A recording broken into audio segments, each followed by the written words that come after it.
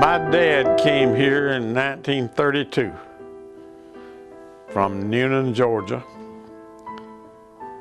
I was 3 months old when he came here.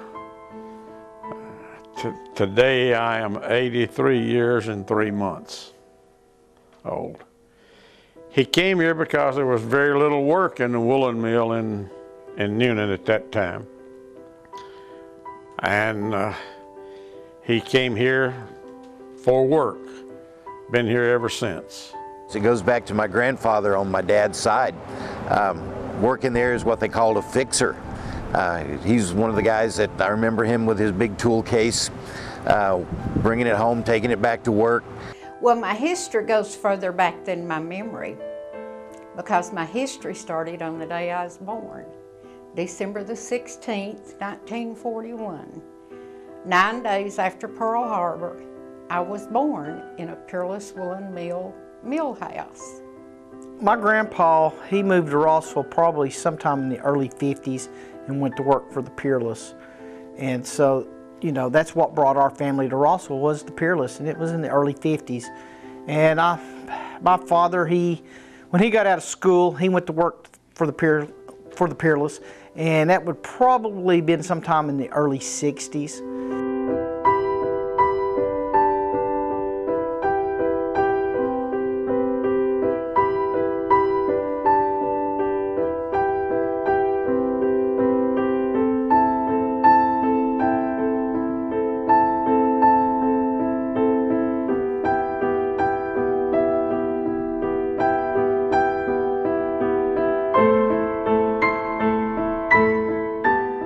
My dad was a weaver to start with, and then he was a weaving supervisor. Then he was a supervisor over the weave department, all shifts. I live further away from Peerless Woolen Mills right now than I've ever lived, except the 2 years I was in the service. I just grew up in, I guess you'd call a Peerless brat or a Rossville brat, whatever.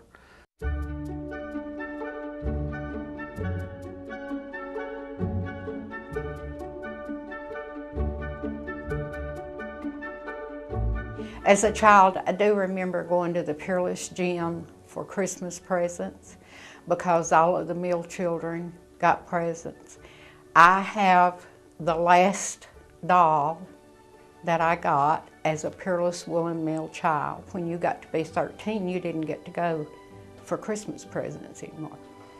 And I have the last doll that I got that many years ago. Every year there's a Christmas party held, and I think it was a Christmas party of '49 in which I received this wind-up train.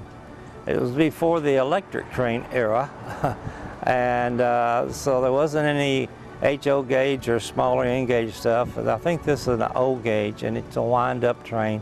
I've lost the track, but I have the locomotive and the caboose and one car. Of the set, there was a fourth car, which I've also misplaced. But over these many years, it's strange to me that I would have kept this train for 65 plus years. I'm 72 now, so, you know, I've had it a few years. It will run, but I don't know if it'll. Okay. Nope, it's not going to go on this asphalt, but the engine is all original. Everything here is all original, and it does run, as you can tell. It just needs a track.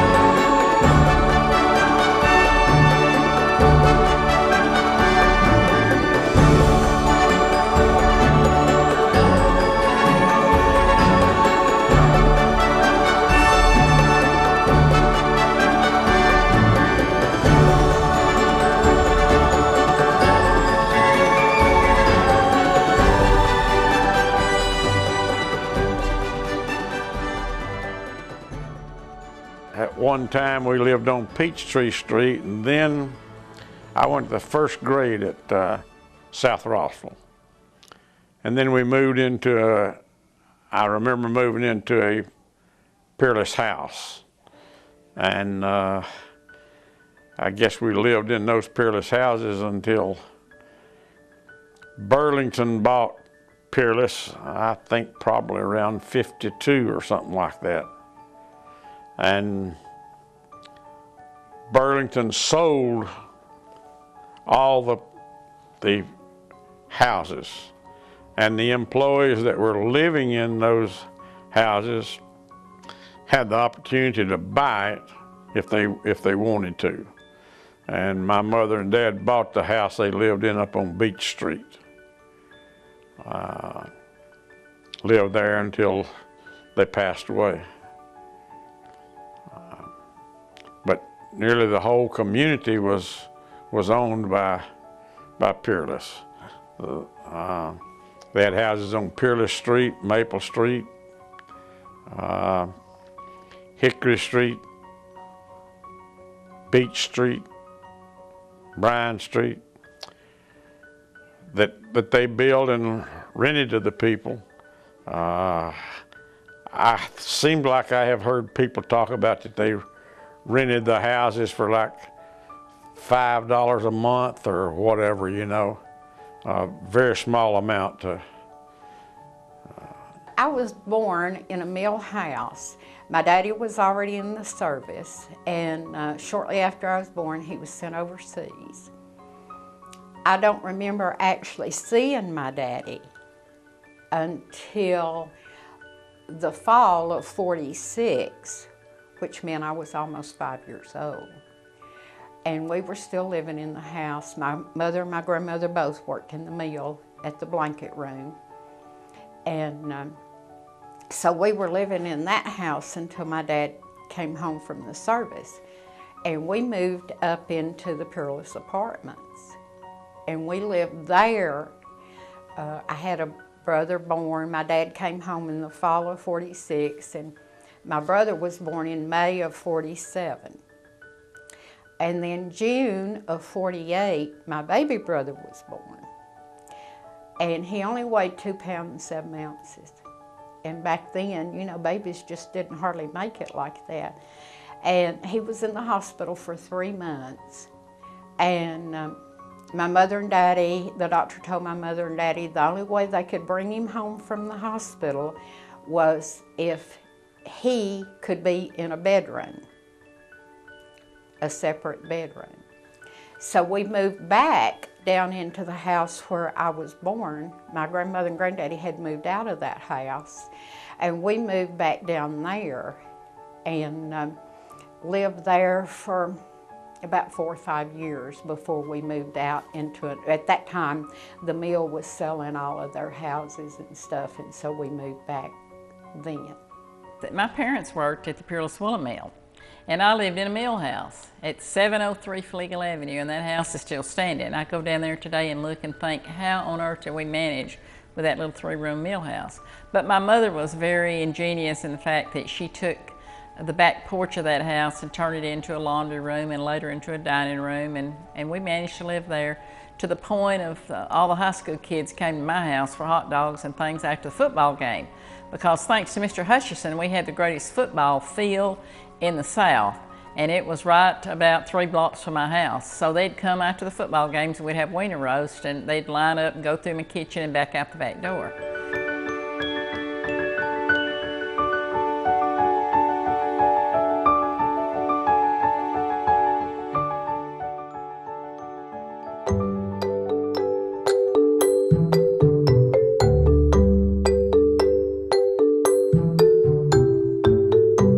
When I was 17, I was a junior in high school here at Rossville High School. My uncle was the third shift manager down in the dye house, where they would bring the big rolls of cloth in that had been woven. They would dye them in the different patterns, then ship them up to what they called de-knitting. That's where I worked. He got me a job in the summertime, third shift, and the cloth would come up in these big metal containers Then it was my job to take them on a hand cart, put them in place for the ladies that ran what they call the de-knitting machines.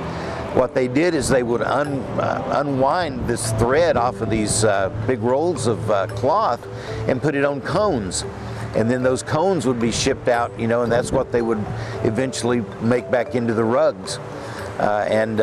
It was kind of an eye-opening experience for me as a kind of a 17-year-old that had been raised in a Baptist home. You know, you didn't hear the curse words, you didn't hear you know, things of that nature.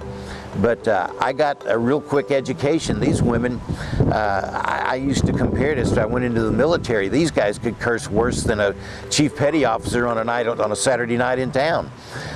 You know, if you didn't get them set up, because they were paid by the piece. So they depended on you to get things brought in and set up so that they could make their money. One summer during between my junior and senior class, I worked that summer's job, and it was here behind the old Rossville furniture store. It was in the receiving department, and we received bales of wool from wherever the Hutchisons had bought it. Some from New Zealand, some from Australia, wherever, and we unloaded the box cars, the freight cars, and put them in stored them in the areas wherever they wanted them to be stored. And then I guess my first full-time job, I was in the shipping department. And we shipped the products that were being woven and shipped. I can recall loading box cars with little bales of blankets. There would be 20 blankets in a bale, and you'd fill up the box cars and they'd ship them out. They also made upholstering for automobiles. General Motors was a big customer, but those materials were in rolls, and they would be like 60 or 70 yards in a row for upholstery material. And then they started making some materials for carpets. And that's what I did, I guess, for about 2 years before I got drafted and went to the service. Halloween of 1967, I went to work in the mill as part of one of the Rossville companies, Rossville Fabric Finishing, and my immediate supervisor was Teddy Hutchison. Now, Teddy was from January to December older than me. So we were, you know, pretty much on the same level as far as when we'd gone to high school and the things we liked and didn't like. But Teddy was a very special boss. He was very easy to talk to. He did lots of things for us. He did our coffee break every morning. He'd send me up to the old A&P store in Rossville, and he'd keep the coffee supplies out there and a few snacks. And sometimes when we'd been having a really hard day, he'd say, "Margaret, come in here and run up, you know, so-and-so and get us some lunch and bring it back." He was just that kind of person, a very giving person. And what we did at Rossville Fabric Finishing was really unique at the time. We developed and patented a rubber backing for drapery fabric and for carpet. It was something that, you know, very few people knew anything about, but we developed a procedure and patented it, and we used a drapery fabric from a company up New York called Pilgrim Curtain Company. And then we used to put it on some carpet from several different local carpet mills. And we had this huge oven. It was wide enough to hold a piece of carpet or a piece of drapery fabric. And they'd put it in on one end, on a feeder like, and it would go through this oven. And that oven was about 250, 300 feet long. And of course it'd go in as a liquid and it would come out as this rubber on the back of whichever fabric it was. The interesting thing about the oven was they bought this oven in Germany, and it was disassembled, brought to the United States and to Rossville, Georgia, and reassembled, and that's where we actually used the oven. One day we were loading a truck with carpet, and the guy that drove the forklift got deathly sick. And Teddy put me up on there on that forklift and showed me how to drive a forklift. I mean, he just was that kind of person, you know. He was quick to improvise about whatever it was. And the forklift had a big long pole on the end of it, and you backed it up and put it in the cone that was holding the roll of carpet, raised it up, drove it up there on that truck, let it down. Oh, me. He was good at trying new things and, you know, different things, and he wanted everybody to know what we were doing there, so to speak.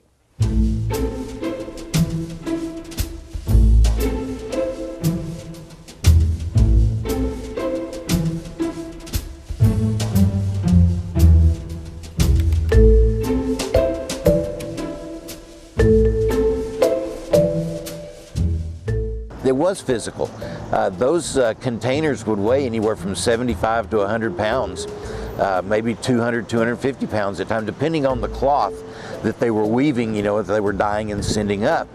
And like I was talking before about the heat, the heat was atrocious, especially when they sent it up on they had a big elevator lift that came up from the dye house, and you'd have to go stand over that to bring your containers off and get them on your hand cart.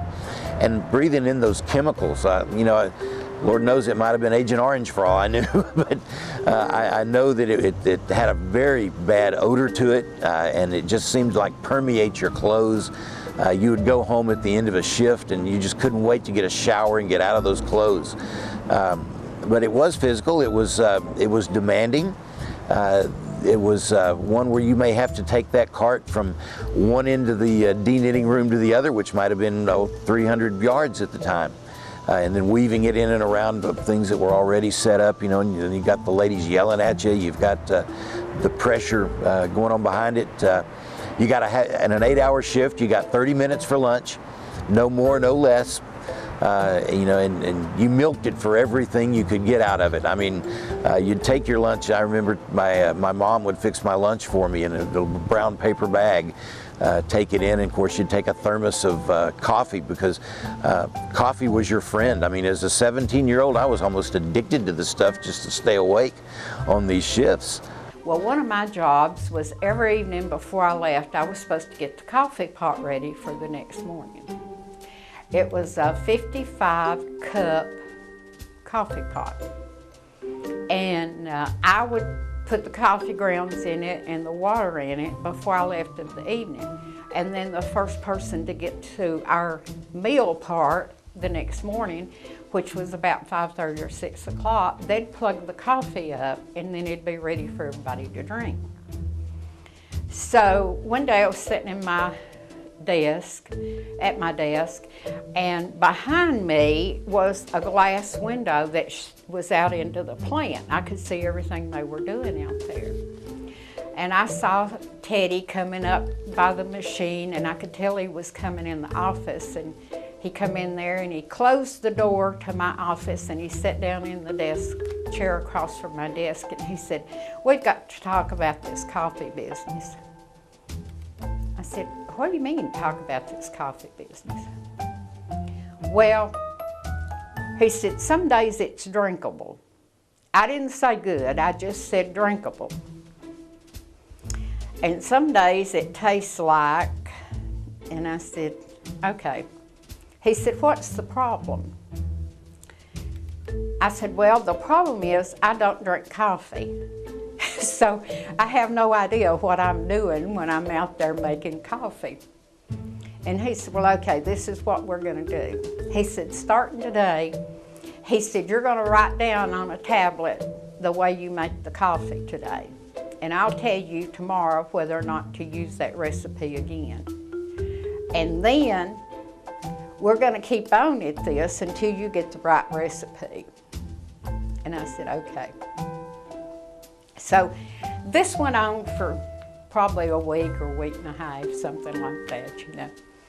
Come in there one day and he said, okay, where's the recipe you used last night? And I said, I got it right here. He said, this is it from now on. He said, and Teddy was a big coffee drinker. This is my mom from the Peerless Woolen Mill, and everybody that knew my mom knows that she kept her hair in immaculate condition and she dressed like she stepped out of Vogue magazine. But this was a photo, you know, when they make photos for things like that, they make them, they're just off the cuff and don't pose for them. So I found that and I was tickled. I had it on display at my house. And I remember these. My mom called these Berlin irons, and she used these, and those folks out there that know about, that worked at the Peerless Woolen Mill, we assume that she used these to pick threads out or pick the bad threads out of the good, you know, that they had to ship, the goods they had to ship. But she kept them for all those years, and we used them to tweeze her eyebrows. And when she passed away, one of the things I went to the house to look for is I wanted them to do my eyebrows, so I've kept them all that time.